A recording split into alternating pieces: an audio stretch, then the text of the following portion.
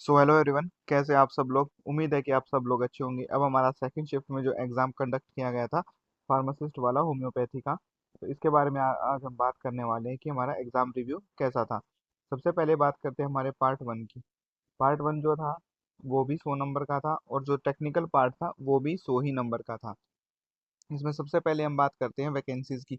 हमारी जो total number of vacancy थी वो 42 थी। इसमें यूआर कैटेगरी की बात करें तो 16, ओबीसी कैटेगरी 12, एससी कैटेगरी की 3 थी और एसटी कैटेगरी की 7, ईडब्ल्यूएस की 4 थी और 5 जो कट ऑफ थी वो पीडब्ल्यूडी कैंडिडेट्स की, 5 जो सीट थी वो पीडब्ल्यूडी कैंडिडेट की थी, जो टोटल आ गया 42।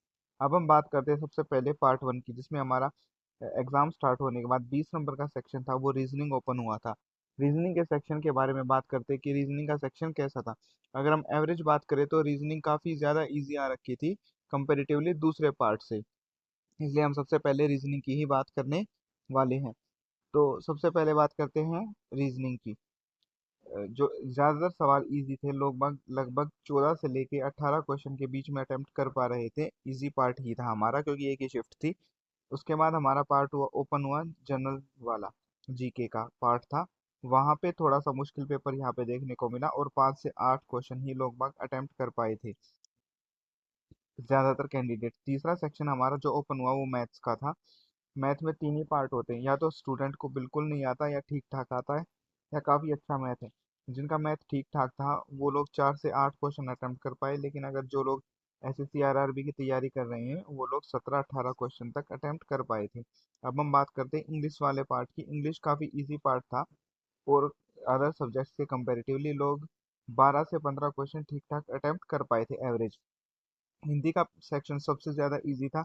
वहाँ पे लगभग हर कैंडिडेट ने 13 से लेके 17-18 क्वेश्चन जो है वो अटेम्प्ट किए थे। अब पार्ट वन में क्या था, जिस कैंडिडेट का ये दोनों पार्ट अच्छा उनका शायद ये पार्ट अच्छा नहीं था, ये दोनों पार्ट अच्छे हैं तो ये वाला पार्ट अच्छा नहीं था।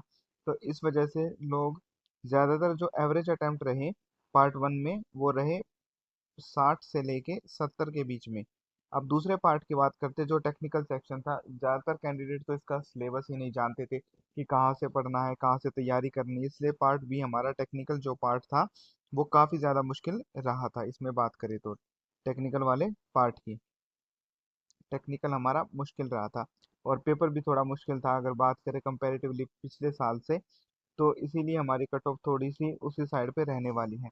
तो ओवरऑल पार्ट की बात करें पार्ट ए की और पार्ट बी की, कुछ कैंडिडेट का पार्ट ए अच्छा था क्योंकि वो एसएससी आरआरबी या फिर केवीएस वगैरह की तैयारी जो है वो कर रहे थे।